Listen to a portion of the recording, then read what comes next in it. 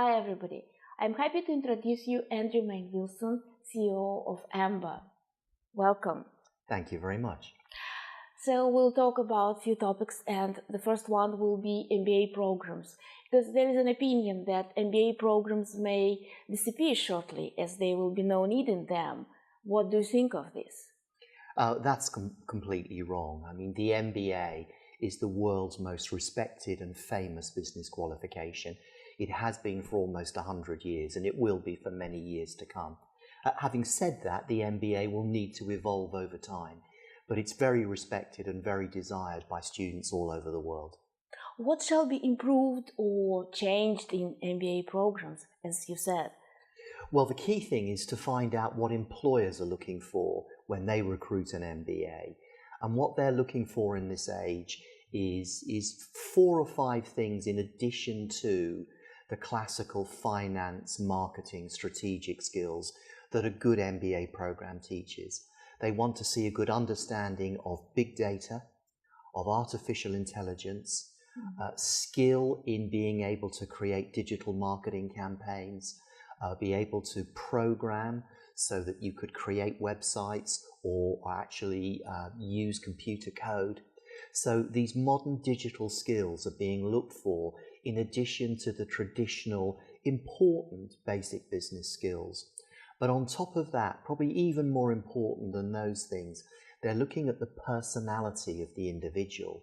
And MBA programs need to teach the ability to listen, to persuade, to charm people, such that people naturally follow you as an inspiring leader and listen to the ideas that you have. And a lot of students actually have all the hard skills, but they don't have those skills of persuasion and charm and team playing. And that can be taught. Okay, so now we're talking about soft skills. Yes. Right. But anyway, what's your opinion of Russian business education? What is lacking? What should be added? And I know that you've been cooperating with our academy for 5 years. So We have indeed. Yeah, so what are the achievements and what are the nearest goals? So we are very proud to be the market leader in Russia and accredit virtually all the top schools. And I think what we've learned is that there's been a real passion in Russia to embrace what is relevant within a Russian business context, and adding to that what is relevant from the best of the world's ideas from beyond Russia.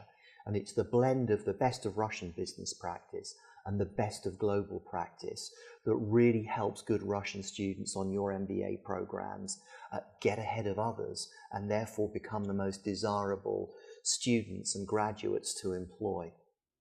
So may I ask if something was decided or at least discussed at this Gaidar Forum? Yes, I mean, some very interesting things have been discussed. How, for example, you create more blended programs with more digital content so that you can study and discuss in a classroom, but also take some online modules in preparing for class, but also increasingly over the next few years. Some students will learn a high proportion of their programs around the world through online topics, 3-dimensional hologram professors teaching in a room that can be beamed in from all over the world, cohorts of students that may not be all Russian, but you may have a bank of television screens that would have a cohort of 30 students, 15 of whom are from countries all over the rest of the world, but are beamed in on television live into the lecture theatre. And that's happening in the UK at the moment. It's happening at the top Spanish school. So you'll see much more use of technology, which young, dynamic, ambitious students of today are looking for business schools to introduce. Sounds good, though I hope that robots will not replace professors and real teachers. Well, there is one school that is having a robot professor answer questions after class. And that has been launched by a school in London about 2 months ago. And the view is students want answers to questions late at night, on a Saturday and a Sunday, when often you can't get to a professor. So the robot is fed with frequently asked questions. And over time, the information bank will build up, such that it's believed that after a while, the robot will actually be asking the student questions. So the best of human and the best of robot is the way forward. I see. So, what should Russian business do or undertake to gain recognition abroad? Well, one of the best things you can do, which you have done, is get international accreditation, because that is a hallmark of globally recognized excellent standards. So you have that. You also have a very social group of deans and directors at your business schools who network around the world, and they're building good relationships with the best deans and the best business school directors around the world. So the leading Russian business schools are well connected in the international world, and that's valuable for students and valuable for the school.